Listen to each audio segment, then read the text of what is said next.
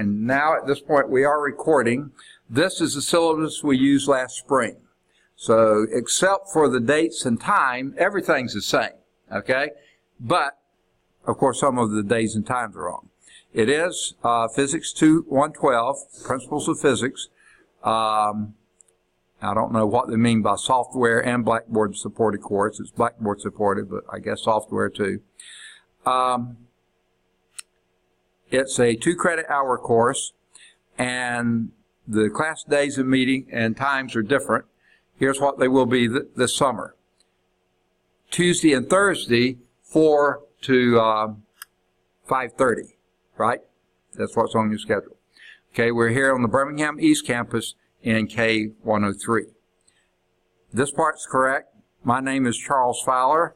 My office Monday through Thursday is on the Bessemer campus in A265. Are any of you familiar at all with the Bessemer campus? Okay, you know the A building's that big building kind of in the middle, and 265 is in the older portion of that A building. If you don't know how to get there, just ask somebody, and most people can tell you. The numbering in that building is wacko. It's totally crazy. But if you ask someone, most people can help you out with that. If any of you went through orientation, there is across the hall from the orientation classroom. That's A256, and mine's A265, but they're just across the hall from each other, so it doesn't make a lot of sense. But okay, my number there, phone number is 929-3449. That's on the Bessemer campus. And my email, wherever, is cfowler@lawsonstate.edu. And by the way, most employees of the college, first initial, last name at lawsonstate.edu. There's a few, as you might guess, we have more than one S. Williams, for instance, okay?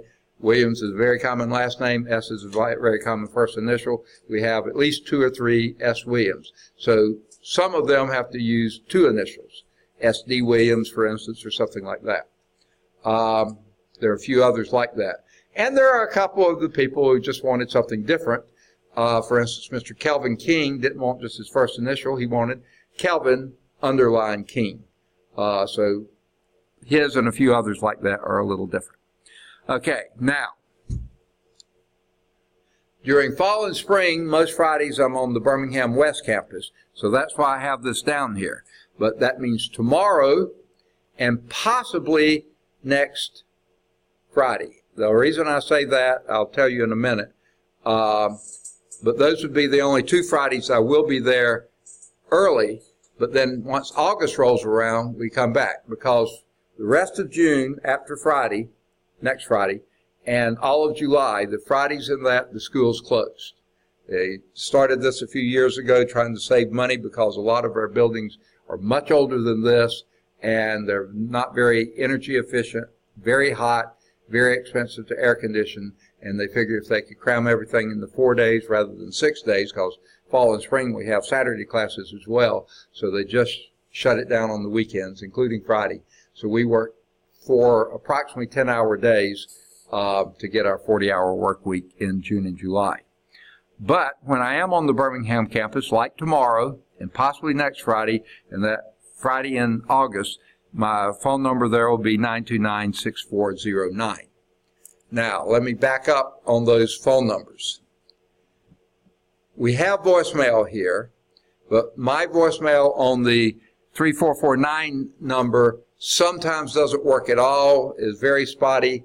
Sometimes you can't leave it. Sometimes even if you leave it, I can't hear it. So I would never leave a voicemail. So I suggest to students only call during my office hours. That's when I'm most likely to be in the office, okay? And I'll hear the phone and can answer it. Now, the second number, the one on the Birmingham campus, please don't leave a message there. That's not even my own phone number. When I'm there on Fridays, I'm in an office that's used by a grant coordinator who's there part-time Monday through Thursday. So she's not there on Friday, so I use her office. That's her number.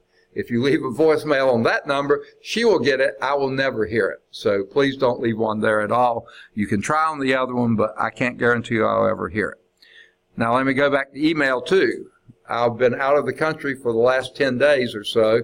So I'm way behind on email. I tried to catch up when I got a chance to, but I was having to use my wife's iPad, and that doesn't work well with IBM systems, regular systems. But it worked okay. I was able to do some, but not very many and not very fast. These office hours, of course, are wrong because these were for last spring, but let me tell you what they are now. Mondays and Wednesdays are the same. And on Mondays and Wednesdays, I'm usually in the office at 7:45, sometimes before. For instance, this morning, because I could get away pretty early this morning, I actually was there by 7:15. I thought for sure I could get everything set up, maybe a few things done, and I spent most of that extra 45 minutes directing traffic, helping people find classes and stuff like that. We did get started our class shortly after 8, but it was not I still didn't get as much done as I wanted to. So I have on Mondays and Wednesdays, 8 o'clock calculus class that goes from 8 till 10:40, because it's a 4-hour class. It's a 10-week term, so there's 2 hours and 40 minutes each day. So then I have office hours, and my first real office hours then are 10:40 until 11, a big 20 minutes, okay? And then I have a second calculus class, at Calculus 2, from 11 to 1:40. And then I have another big 20-minute break from 1:40 till 2 o'clock. Now, here may come a reprieve. I was scheduled for a physics class that runs from 2 to, with a lab on it, 2 to 3:50, and then 4 to 5:30, okay? When I looked this morning, the class didn't have 10 students in it. If it doesn't get 10 students, they'll probably merge it with another physics class, 214. They're both electricity and magnetism. One's trig-based and one's calculus-based. We use books by the same authors, so we can merge the classes. The PowerPoints are very similar to each other, so we can merge those two, and that may be what happens. If so, then I'll have some office hours between 2 and 5:30, okay? The only sizable office hour. If more people sign up today and it gets more than 10, then we're going to have to split the class, and I'll have that. The good news is my 5:30 physics class that goes until 9 o'clock, that one made. So I'll be there until 9 o'clock, but my only office hours look like they're going to be major bunch of office hours, possibly from 2 till 5:30. Won't know that until later. Tuesday and Thursday is actually worse as far as office hours go. I do have an 8 o'clock class that's 8 to 9:50, and I have a 10-minute break before my next class. Now that next class only has 6 students in it, but if some of those have to have it to graduate, I might have to teach that one, because we don't want to cancel one that students need to graduate. We can merge them, but we don't like to cancel. So I may lose that one. If I do, then I'll have some office hours on Tuesday, Thursday, 10 to 12, basically. But if we keep that class, it's going to be 10 to 11:50. Then I'll have another big 10-minute break until 12 o'clock. Physical science class starts at 12 and goes until 3:30. Okay, so that's 3 classes back to back to back with 2 10-minute breaks. Okay. Then I have a 30-minute break, but that's the time for me to drive over here. So that's all I've got, because that ends at 3:30. This one starts at 4. And this one goes till 5:30. So unless they do cancel that 10 o'clock class, I will be back to back to back to back classes with one lab in there.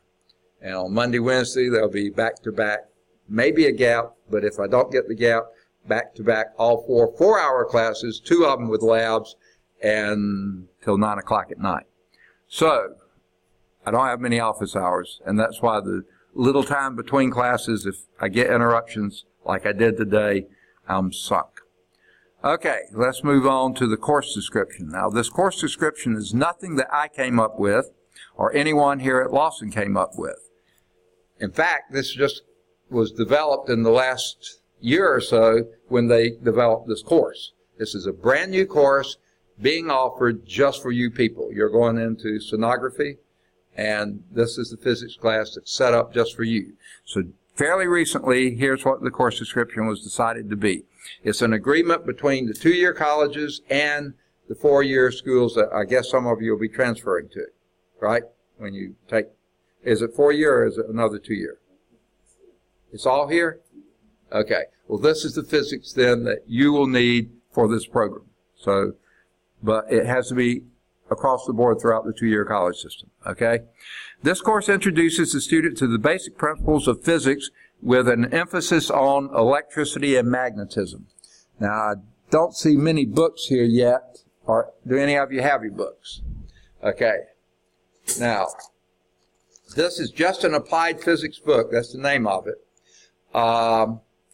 And electricity and magnetism is covered basically in chapter 17 and 18. However, there's more electricity in 19 that you'll see is mentioned here. But that's not where we start, okay? Just getting you an idea here. The course is designed to provide the student with not only a basic knowledge of electricity and magnetism, but also an understanding of real-world applications. To prepare the student, and this is all here, I'm just reading it verbatim, to understand electricity and magnetism, additional topics include forces, okay? Now, forces are covered back in chapter 5, okay? And we will maybe not do the whole chapter, but we will do at least a couple sections in that. So there's chapter 5, forces. Work. Work is covered in chapter 8, work and energy. So we'll jump over to chapter 8 after we do chapter 5. Okay? Power. Actually, power is also in chapter 8. It's work, power, and energy. The title of the chapter is work and energy, but power is included. So that's all in chapter 8. Okay? Sound. Sonography, sound. Okay, that makes sense. That's over in chapter 16. Wave motion and sound. Okay? And the atomic nature of matter. So we have to back up again and get chapter 12, which is matter. And we will look at those properties of matter. Sort of from the atomic level, we'll tie all that in. Topics in electricity and magnetism include electrical forces and fields. So that is covered in section 17.4. It just says electric fields, but it covers forces too. Actually, a little bit in 17.3. Coulomb's law covers forces. 17.4 is electric fields. So there's the forces and fields. Currents. Now this is in several places. Simple circuits is 17.5. Series and parallel circuits are 17.7 and 8. And chapter 19 is alternating current electricity. And we'll just do certain sections of that. Okay? I'll tell you which sections in a minute. Okay? Currents. Electrical circuits, and again, that's 17.5, 17.7, and 17.8. And, yeah, that's the circuits part. Magnetic forces and fields. And that's in 18.1 and 18.2. Okay? Capacitance. We jump back down to 19. 19.5 is where we talk about capacitance. Okay? Electromagnetic induction and transformers. Okay? So this is sort of all over the place here.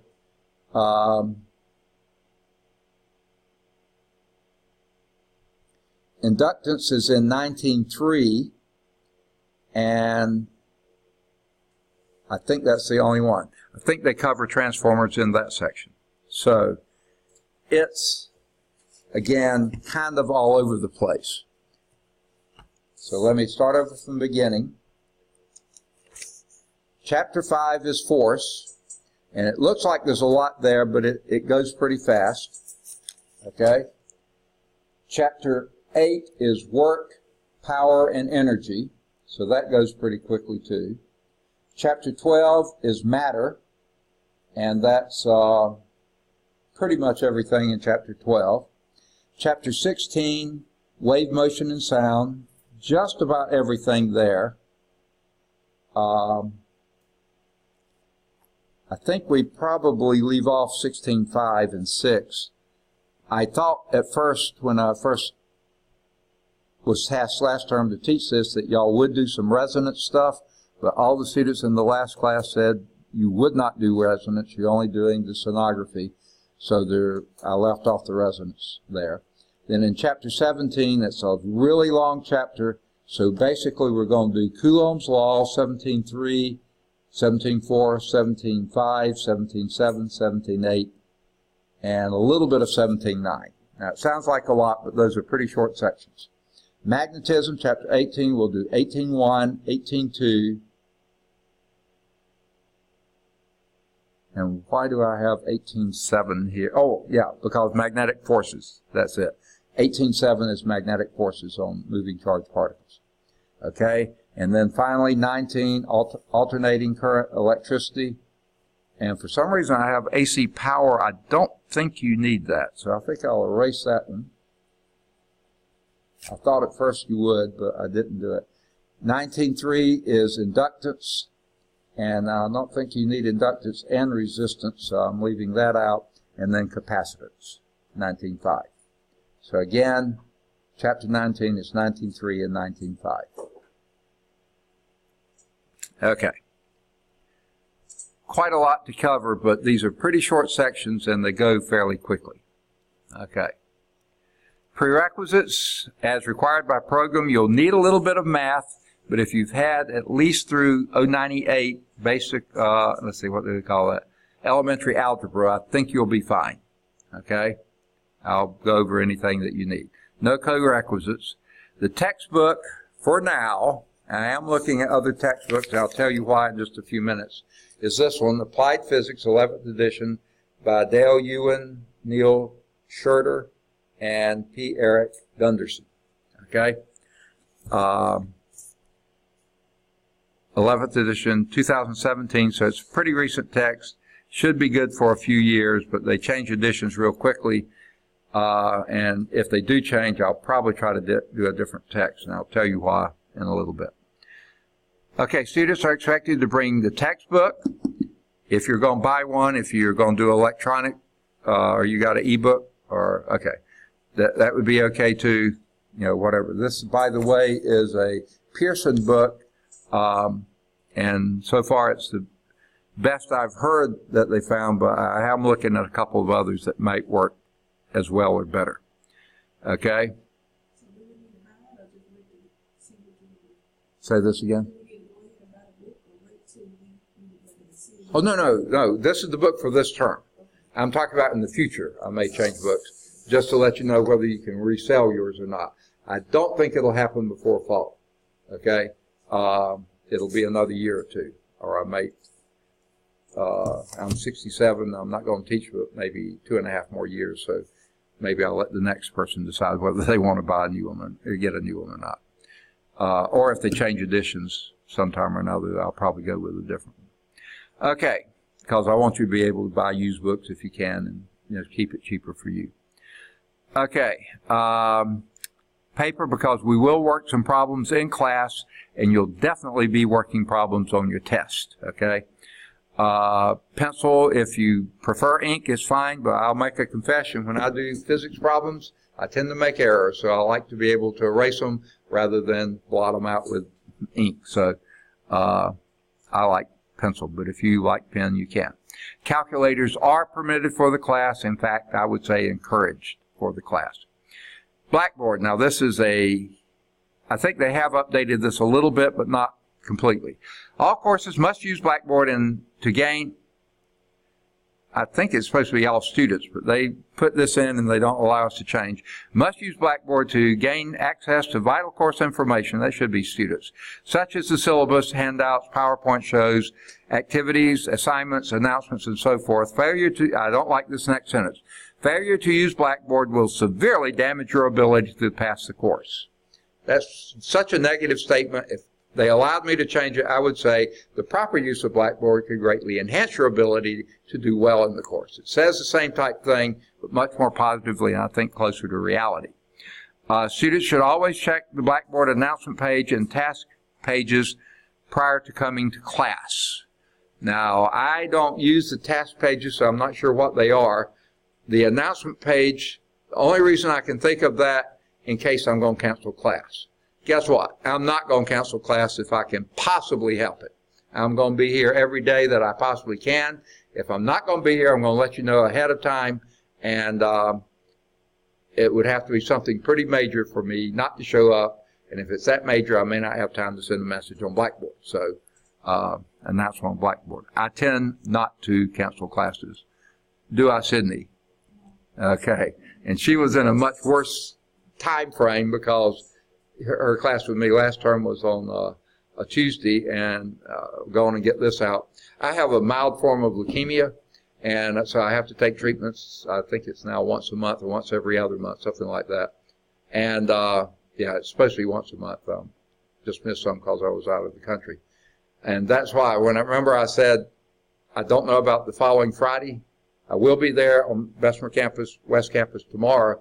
I think my next treatment is the following Friday, so I'm going to have to miss that day.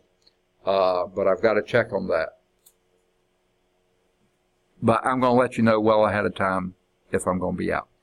But she was in a class on Tuesdays. My hematologist only sees patients on Tuesday mornings, and that's when her class was. So we did miss a few, but we tried to make them up anytime we could.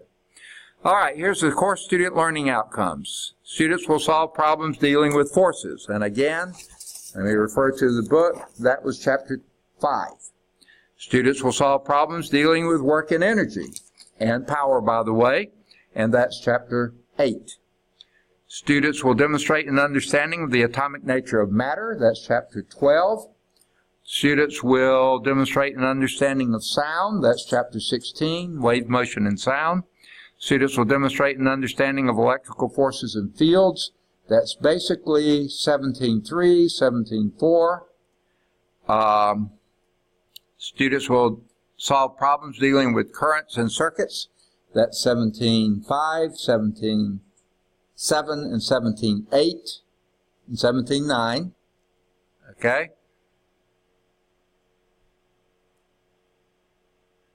Getting lost here. Students will demonstrate an understanding of magnetic forces and fields. That's 18.1, 18.2, and 18.7. And then students will demonstrate an understanding of capacitance, electromagnetic induction, and transformers. And that's basically 19.3 and 19.5. Okay. A lot to do in an hour and a half, 2 times a week for 10 weeks. It's 20 times we meet, quite a bit to cover. But again, these are short sections. So after the chapter 5, we'll have a chapter 5 test. After chapter 8, a chapter 8 test. Then 12 a test. 16 a test. 17 a test. 18 a test. And 19 a test. Now, I think those last two, 18 and 19, because of the test bank, I combined those two together because there's only 5 sections between those 2 chapters. So I believe that I'll make that change later. 18 and 19 tests will be together. One test on those sections in those 2 chapters. The following list is a breakdown of how each student will be evaluated. Why they put that in there, I would just start with this. A chapter test will be given at the end of each chapter, or 2 chapters for 18 and 19. I'll call it unit later. The lowest chapter test score may be dropped. The average of the remaining test scores will determine the grade for the course. Now, the reason I have may in there, the final exam, and I'm going to change this when I do this up, your last test will be your final exam. That'll probably be the 18-19 chapter. Don't think we're going to have time to do a comprehensive final exam. So the last test, the final test, will be your chapter 18-19. That will be required because that pulls from everything else we've done, forces and electricity and all sorts of things there to get there. So that test you cannot drop. But of the earlier tests, Chapter 5 through Chapter 17, I will drop, or I may drop the lowest test score there. And the reason I say may, if you do really poorly on that last test, I'll leave the other test in there if it pulls your grade up. So I'll do whatever helps your grade the most. I'll drop it if it helps. I'll leave it in if that helps. Okay. The average of the remaining chapter tests will determine the grade for the course. And here are the grades. 90s are A's, 80s are B's, 70s are C's. Those are the only three passing grades. A D is not considered passing. It's not considered failing, but it won't advance you in the program. You'd have to repeat the course if you made a D, and certainly if you made an F, but don't go there, either one of them. Okay? Now, they put this in here. It's not done by a math person, by the way. The instructor rounds grades upward. That's not quite a great statement, i.e., in the student's favor, never downwards, and that's not quite true because of what they say next. For example, a 79.5 will be rounded up to an 80. That would be a B. But, and they put this in there, I didn't, a 79.4 would remain a C. Well, guess what? That's rounding downward, okay? And yet they just said they don't round downward, okay? I didn't write this. They don't let me change it, but I round it. That's all they needed to say. And rounding goes by 0.5 or higher goes up, and 0.4 or less goes down, okay? Just as normal. So whoever came up with this was not a math person, and they didn't do a very good job. Okay, attendance. Absences. Students are expected to attend all classes for which they're registered. College classes move very quickly, as you'll see in this one. Even one or two absences can cause students to feel lost. Do not overestimate your ability to catch up. You need to be present for every single meeting, blah, blah, blah. Okay, if you must miss a meeting, you should do all of the following. Email the instructor, or tell me ahead of time.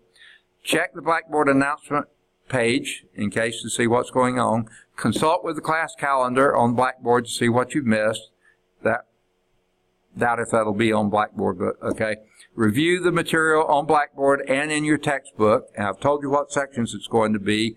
And on Blackboard, through Blackboard, you get to YouTube, and that's how you can see what you missed, because I record every class. Okay? Not all instructors do that, but I do. And then return to the next class day ready to advance with your classmate. That sounds wonderful, doesn't it? They just put that new paragraph in. Withdrawals, students who are unable to attend class regularly or fall hopelessly behind. I'll put that in there. And it says, regardless of the reason or circumstance. Now, what they mean by that, some people say, but this was an excused absence. Yeah, it's fine. But you were absent and you missed material. If you can't catch up the material, you're going to do poorly on the test. So please beware of that, okay? If you cannot complete the course, meaning with an A, B, or C, do not simply abandon the class. It's in your own best interest to officially withdraw. I don't like to split it in infinitive, but whoever did this did that. E-withdrawal is available on the college website in the admissions area. Withdrawal can affect eligibility for financial aid. Now, here's what I say on this. Let's go back up here.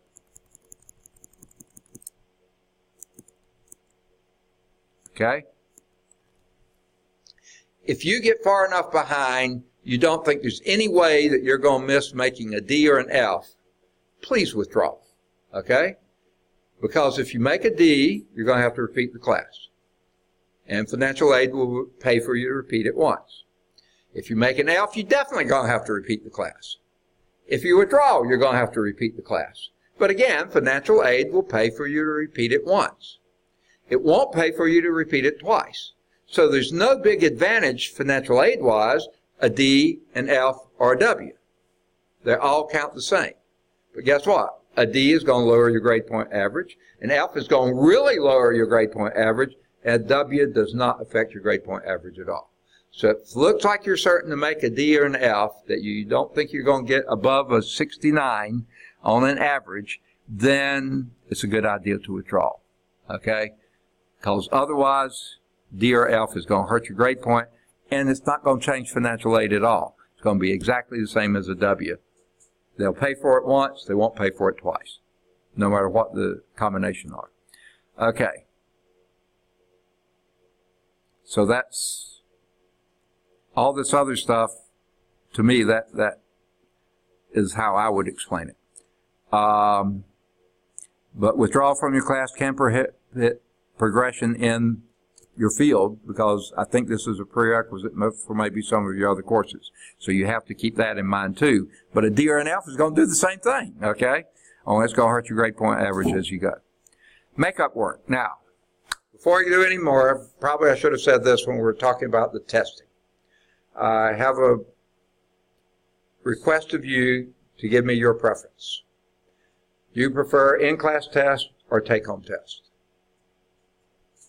Really? Wow, what a shock. I am so surprised, but I'm all in favor to do take-home tests. Because I don't know how it is in your majors, but most of the people I advise, or if I were working somewhere, I'd be dealing with people, probably engineers, scientists, or things like that. And guess what?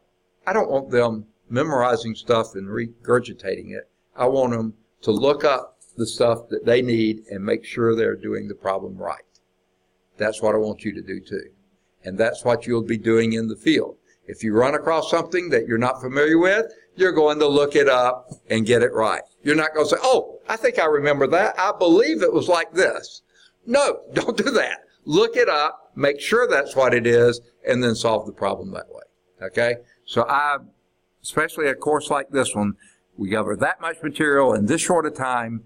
We've got to move along. And it would just be totally frustrating, I think, to give a test that's going to cover a lot of material and you only have a short amount of time to do the test. Okay. So, makeup tests are generally not given. Well, guess what? They're take-home tests. How do you make those up? Okay. Unless arrangements have been made with the instructor prior to the missed work due date.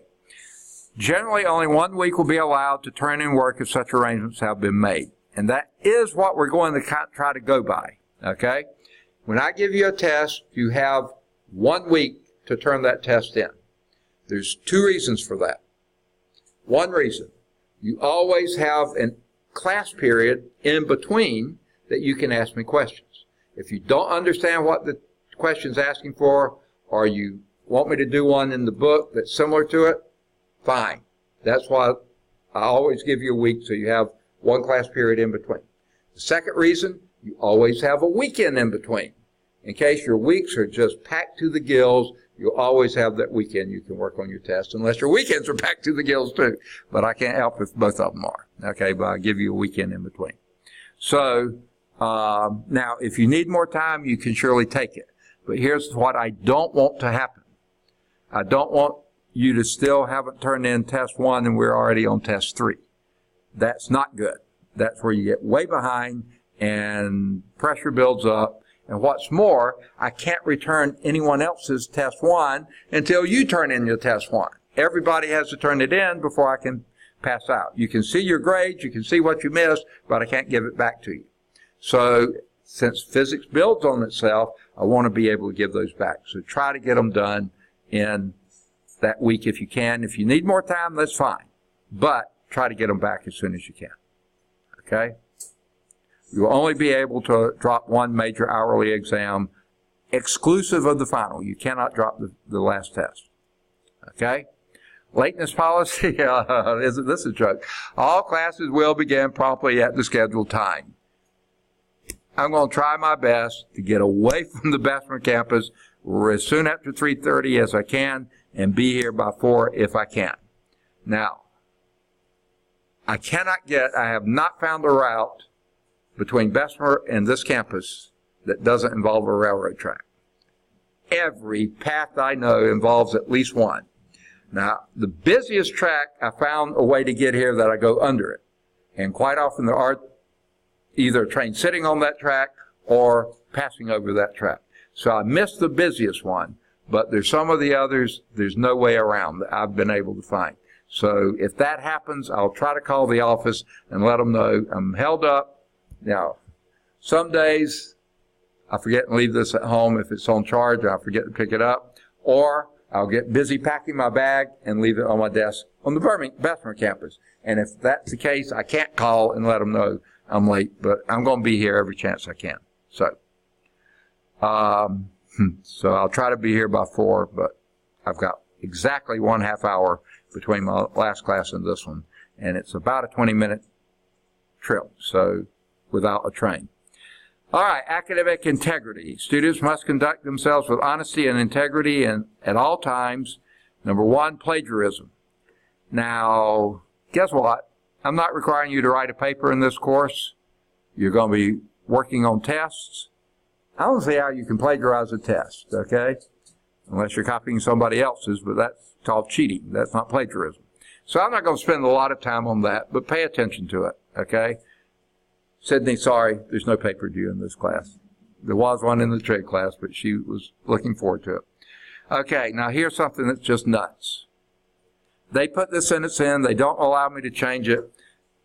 All students must view the integrity class or academic integrity, on academic integrity. We don't have integrity anymore. I guess it's in this screencast-o-matic now, but there is no integrity anymore. They did away with it. Okay. Why am I missing a sentence here? Okay. That's still in plagiarism. Cheating. Now, this is where it comes. Please read this one. I don't... I'm giving you take-home test, and I can't control if you work with someone else or not. If working with someone else is enhancing both people's ability to understand the material, I'm okay with that. If working together means find a smart person and copy their work, I'm not okay with that. But guess what? You won't be okay with that when you get to needing this material in your sonography program. It just isn't going to do you any good. So please, you're cheating yourself more than you're cheating me. It doesn't take any skin off my nose for you to cheat. It does take it off of yours. Okay? So please don't. Okay? And we don't have in-class tests, so again, if you're both benefiting from it, it's okay with me if you work together. I can't stop it anyway. But please don't get dependent on somebody else. Okay? Professional decorum. Boy, what an important sounding topic that is. Okay? Now, some of these things are important.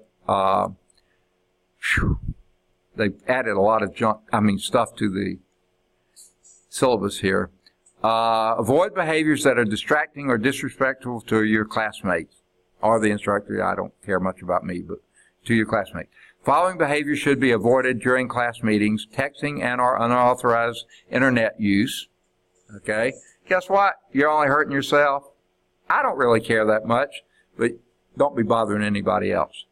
Sleeping or reclining, lounging, and so forth. If you snore too loud, we'll probably say something to you, but you know, it's up to you. Speaking out of turn or speaking rudely or unkindly. Okay, yeah, I don't expect any of you to do that. Unnecessary traffic in the classroom. If any of you start riding your bikes up and down, I'll probably stop you, okay?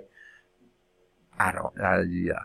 Eating or drinking, you know, it is 4 to 5:30. You may have been working all day. You may need that caffeine or that stuff. I don't really care. If you make a mess, you're going to clean it up, okay? But if you need the sugar, you need the protein, you need whatever, I understand. If you notice, my breaks today were 2 10-minute breaks.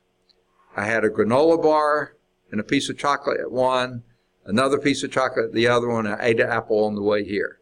That's been all I've had. So I understand. If you've been working all day, you might need something to eat. Okay, wearing inappropriate clothing, sunglasses, hats, earphones. Inappropriate clothing, if that's a distraction, don't do it, okay? Sunglasses, I don't care. I mean, maybe you're sleeping behind them, but I don't care. I mean, that's up to you, okay? Hats, that's not bothering me any. If it bothers somebody else, let her know, okay? Earphones. Again, that's up to you. I don't see how it could bother anybody else. Students should adhere to college dress code, and you really should. All other policy, blah, blah, blah. Course concerns. Goodness gracious, will this ever end? All students have the right to a healthy learning environment. That's true, so I'm glad they put that in there. If you have a concern within the course, please follow these procedures. See me first. If someone is distracting you by what they're doing, what they're saying, and you don't want to address them personally, let me know and I'll do it, and I won't tell them you're the one who said anything. You know. So first, get in touch with me. Even if it's something about me, let me know. I'll try to change, okay? But speak to the instructor directly one-on-one. We'll try to resolve the matter. If that's unsuccessful, then go to the department chair. Bad news, bears. I'm the department chair, okay? So we'll skip that step, okay? And blah, blah. And actually, the person listed as the department chair is Dr. Tracy Wilson, and she's not here for the summer. So I'm the department chair. And by the way, are all of you fairly familiar with Lawson State webpage or not? You are. Okay, you know there's a whole bunch of tabs at the top of the page. When you're on the page, blue tabs, they have most of the information you'll need. But there is one big gold tab that says Quick Links. That's what they're referring to here. Click on the directory page under Quick Links. That's a big yellow or gold tab that's up there with the other blue ones on the LSCC website, or view the directory from the main website. There is a directory blue tab there, or the Quick Links, either one. Third, speak with the faculty member and the department chair and your concerns. If you speak with the faculty member and the department chair and your concerns are not fully addressed to your satisfaction, file a formal concern complaint via the formal complaint process in writing. Okay? To do so, click on the student portal, Quick Links on the website, and locate the concern complaint link. Okay? And there's the Lawson State website. Okay, statements on discrimination and harassment. Let me just sort of summarize these very quickly if I can get it to stay still here. One at the top of the page so you can see it better. Sorry, I'm sitting while I'm teaching, but first it gets the microphone closer, but also I have to advance the computer. Let me summarize this. Now, I don't know why the jitter is here. We've tried lots of things and can't get rid of it. Hopefully you can read that okay, can you? It's not giving you a headache or anything. Okay, let me change some of the wording here, so maybe I just need to read it. I thought, they've taken out the reading I thought was really important.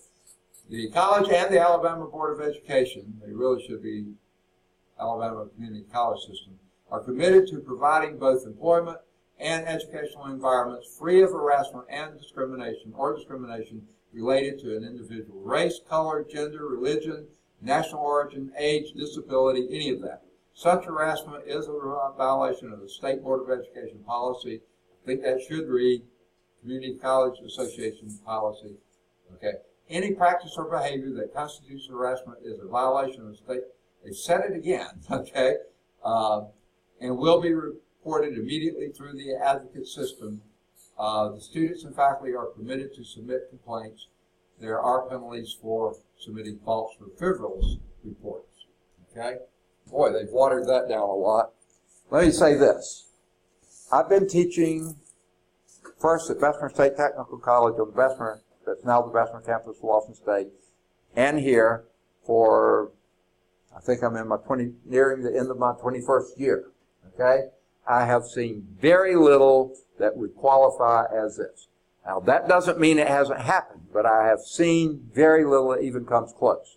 I've heard about a little bit more, but still nothing very serious. Some stupid stuff, like we had one kid who shouldn't have even been in college. He was just there because his daddy made him. And he decided one day at lunch just to start walking across people's cars in the parking lot. When he was seen, he was yanked into the dean's office, given a fair talking to, and was no longer seen on campus, okay? Out of there, okay? we take it seriously. Now, I include on this, and I hope you would agree with me, discrimination and harassment, that includes bullying of any kind whatsoever. Is it time? Yeah! Okay. So, if you see or sense any, see, most people aren't going to do something in front of me. Okay? So, if you see or sense that anything like this is happening, please let us know. We want to nip it in the proverbial bud. We don't want it happening here. Okay? Americans with Disabilities, as you can tell, I'm hard of hearing. So, we try to accommodate everybody, not because I'm hard of hearing, but that's the right thing to do, federal law and everything else. And I will update the college calendar, and when I do get it updated, then I will let you know, and then you can go and read it, all the updates yourself. And when you have, then here's the student acknowledgement page. You can either print it off, sign it, and date it, or you can type it in the information and send it to me. It's not on Blackboard yet. Like I said, we just got back from overseas last evening, and I tried every time I could get on my wife's iPad to work with stuff. I couldn't get anything to change. I could pull it up, I could read it, but I couldn't change a thing. So that's why nothing has been done on it. I'll have a decent time tomorrow, as long as I'm not having to cancel classes and call students in the cancel classes and that kind of stuff. I hope to be able to get some of this done. Okay. We still haven't talked about, well, there's no research paper. I'll show you my schedule later. Didn't have time for it tonight. And we'll talk about safety issues next time, too. We'll try to make that really quick because there's not a lot that we can do here, but we'll talk about what we will try to do if anything came up. Any questions? And we'll actually get to physics next time, too. Hopefully, I'll be here at 4 or as soon after 4 as I possibly can. Hopefully, it'll go better. Sorry about this, but thanks for waiting. Hopefully, you won't have to do that again, and we'll get going on it and hit the ground running next time. Any questions?